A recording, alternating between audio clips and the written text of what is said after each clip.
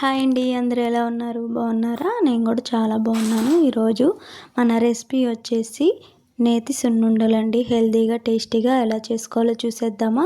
ముందైతే మినుములను వేపుకోవాలి. దాంట్లోనే ఒక గుప్పుడు బియ్యం కూడా వేసుకుని ఫ్రై చేసుకుని ఇలా సుండులాగా పట్టుకుంటే సరిపోతుంది.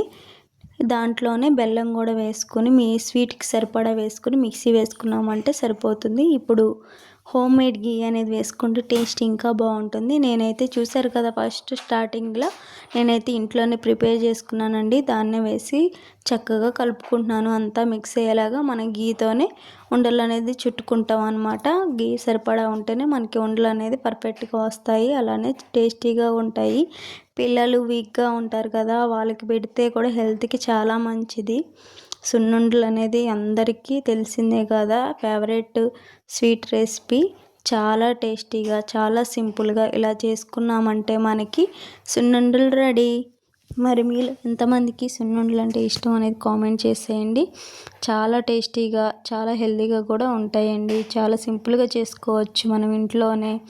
బయట ఫుడ్స్కి అలవాటు అయిపోయిన పిల్లలకి ఇలా మనం సున్నుండలు చేసి పెట్టామంటే హెల్త్కి హెల్త్ మంచిది, అలాగే టేస్ట్కి టేస్ట్ కూడా వస్తుంది కదా.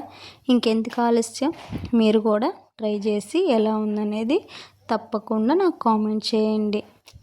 చూస్తున్నారా, చూస్తుంటే నేను ఊరిపోతుంది కదా. అంతే మరి, సున్నుండలు అంటే అంతే కదా ఇలా.